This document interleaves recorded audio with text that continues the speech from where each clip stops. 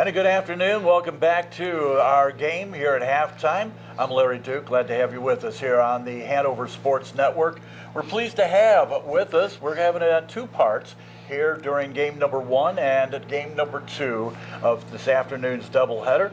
Introduce to you the brand new Vice President of Athletics, the new athletic director here at Hanover College, and we welcome you. Yes, thanks, Larry. It's a pleasure to be here. Could not be more excited to get rolling. I've got a few more months, but everyone's been so wonderful, and again, I know that I've got some big shoes to fill. You've got very big shoes because Lynn has been, just a godsend, and she's going to be missed. But as they say, times of the season always turn. Turn, as the birds would say. But what made you interested in Hanover when the opening came about? Yeah, so I certainly have known of Hanover and a really special college in Indiana, but growing up in Ohio, again, that's the Division III mantra of life, that their students have lives outside of sports, but they're playing for the love of the game. I've always had my eye on it, and I ultimately thought I started my career as a high school teacher and coach in Ohio, and coached 3 sports for about 10 years, and then got my master's and started my college journey. But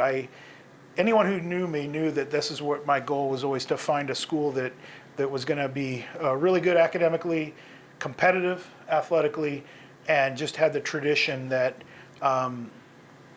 really was of success and of just great people and people that don't leave. So when I started talking with the search firm and learning more about it, each time we spoke, I was more and more interested, and so really was honored to be a part of the search, and then made my way to the chair. Now, you're coming from Kentucky Wesleyan, a little bit bigger area over in Owensboro compared to the Hanover and Madison area.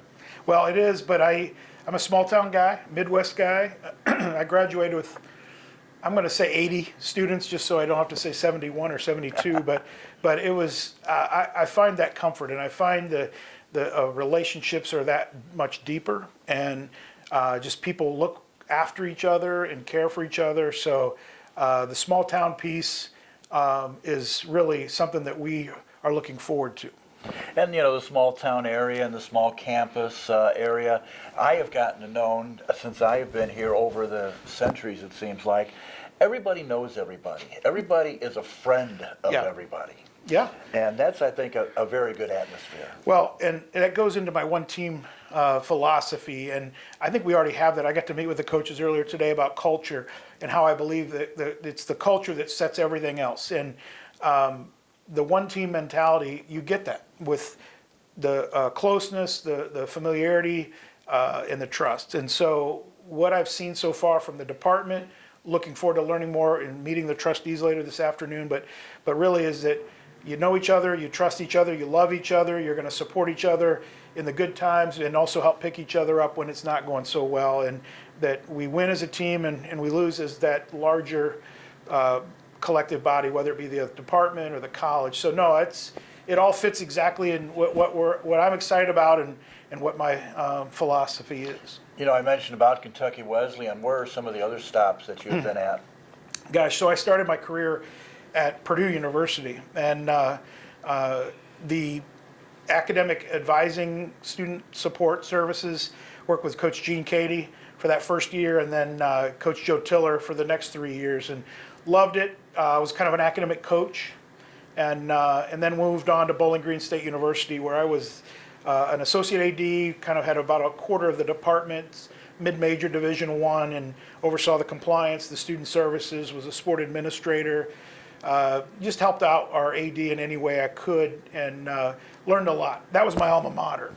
Excuse me. So, and then had an opportunity to go to Wisconsin and really lead a staff there with, $130 or $40 million athletic department at that point for academics and student life and services. But ultimately, I wanted my own shop, and I wanted to be somewhere where I knew people, we knew each other, and that's where it led me to Division II and Kentucky Wesleyan College, which is actually a little bit smaller than Hanover. But it's been great. But again, a job like this only comes open every 28 years. So this is a special thing. How many athletics did you govern over at Kentucky Wesleyan? So we had, when I arrived, 22 sports. Unfortunately, the fall of 23, we eliminated our track and cross country programs just because we were not supporting them to any way possible for success. And also the college was going through some real budget crises. So we did not have our own on-campus track. We didn't have a locker room for them, training area. All the odds were against them, and our numbers have been declining. So at present, with cheer, we're at 14 teams at Wesleyan. So a good number of activities over there, and I know they've had quite a bit of success in the different sports. Yeah, we've done well. I mean, we're the smallest school in our conference right now. So football-wise, our coaches would say that we were in the Big Ten of Division II.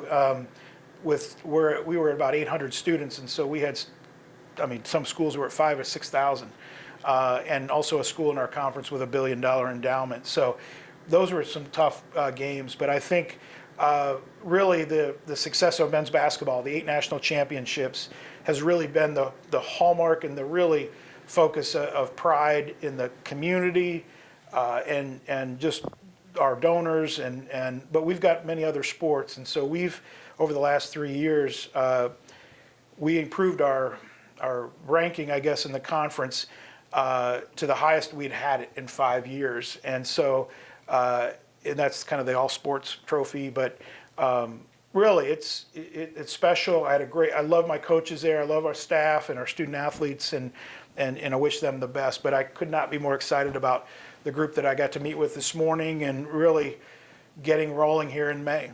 I tell you, they're a good group of coaches here at Hanover, a good group of student athletes here at Hanover, and the success over the years, and it just seems like it's just getting better each and every year now. Yeah. No, the one constant in all my jobs has been the student athletes and how great our young people are. And I had the chance on my interview to sit with some student athlete leaders, and maybe 8 or 10 of them. And when I got done it was a great conversation, great lunch, very just intelligent, articulate, respectful students, but they all have had success in their sports.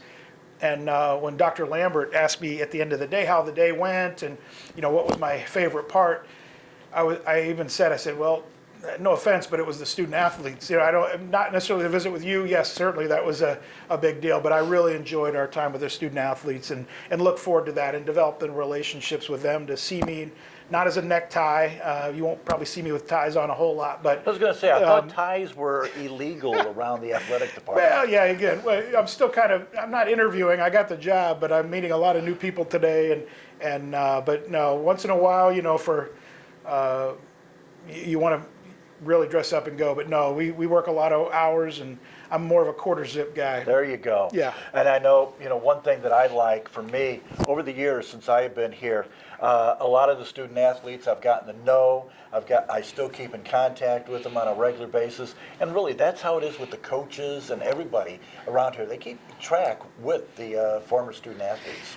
Well, and it's just like the teacher piece of that you've had a big impact on their lives as a coach or as a teacher, and I'm still Facebook friends and LinkedIn pals with guys that I coached, and now they're in their early 40s, and so seeing the guy that really we were worried about him even getting through high school now as a manager or an owner of a business, and he's got his family, and those are real special things. And I think with any student athlete, you ask them who the most influential people beside their parents, maybe a pastor, if they were in athletics, it was a coach at some point, and told them not always what they wanted to hear, but what they needed to hear. And so that's what I see here, and that's been the common theme throughout my career. All right, Mark, this is going to be the first segment here during halftime. We're going to come back, game number 2 at halftime, talk a little bit more, let you get to know them and we'll do that coming up just a little bit. But right now, we're going to take a break, come back, take a look at the first half stats, get ready for the second half of this afternoon's ball game right here on the Hanover Sports Network.